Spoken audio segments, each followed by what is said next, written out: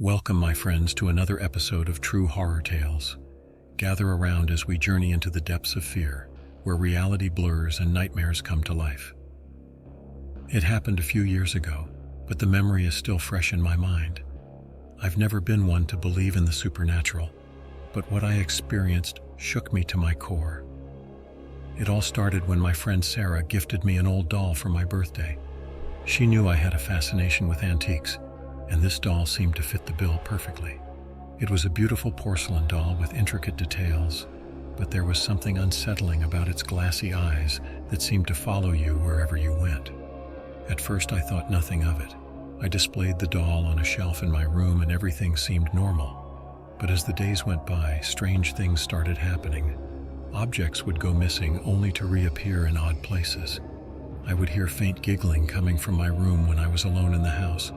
And worst of all, I started having vivid nightmares every night, each one featuring the doll. I tried to brush it off as my imagination running wild, but deep down, I knew something was wrong. One night, as I lay in bed trying to sleep, I heard the sound of tiny footsteps coming from the direction of the doll. I froze, my heart pounding in my chest, as I watched in horror as the doll's eyes seemed to glow in the darkness. Terrified, I grabbed the doll and threw it into the closet, hoping to put an end to the madness. But the next morning, I found the doll back on the shelf, its eyes now filled with malice. That's when I knew I had to get rid of it. I searched online for ways to dispose of haunted objects and came across a ritual that promised to banish any malevolent spirits. Desperate for relief, I followed the instructions to the letter, burning sage and reciting incantations as I placed the doll in a box filled with salt. For a few days it seemed like the ritual had worked. The nightmares stopped and the strange occurrences ceased.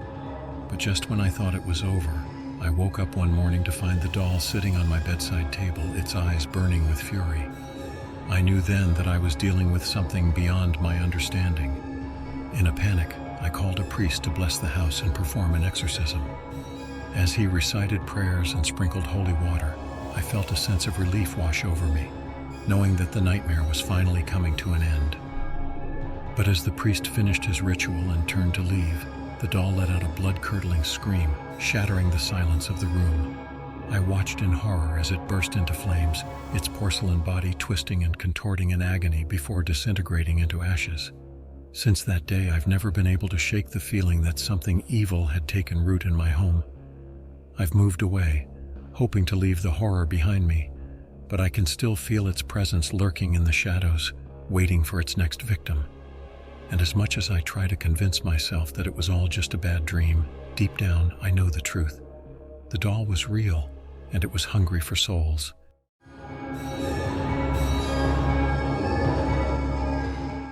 Tonight's story is not for the faint of heart. It's a chilling account that was sent to me by one of you. A tale that still haunts the depths of my soul. So sit back, brace yourselves, and prepare to be terrified. This is The Cabin in the Woods. It was supposed to be a weekend getaway, a chance to escape the hustle and bustle of city life and reconnect with nature. But what awaited us in those woods was beyond anything we could have imagined. We stumbled upon an old cabin hidden away from civilization, its wooden exterior weathered by years of neglect. Despite the warnings in the back of our minds, we decided to make it our home for the weekend. That first night, as we gathered around the crackling fire, strange noises echoed from the surrounding woods. Whispers carried on the wind, the rustle of unseen creatures lurking just beyond the trees.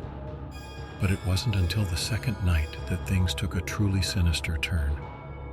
We awoke to find strange symbols etched into the floorboards, as if something or someone had been performing a dark ritual while we slept. We tried to leave, to escape the clutches of whatever malevolent force held sway over that cursed place. But the forest seemed to stretch on endlessly, twisting and turning in on itself like a maze designed to ensnare us. And so, my friends, we barely escaped with our lives, but the horrors we witnessed in those woods will haunt us forever. Remember, the darkness holds secrets beyond imagining, and sometimes it's better to leave them undisturbed. Until next time, my friends, stay safe out there.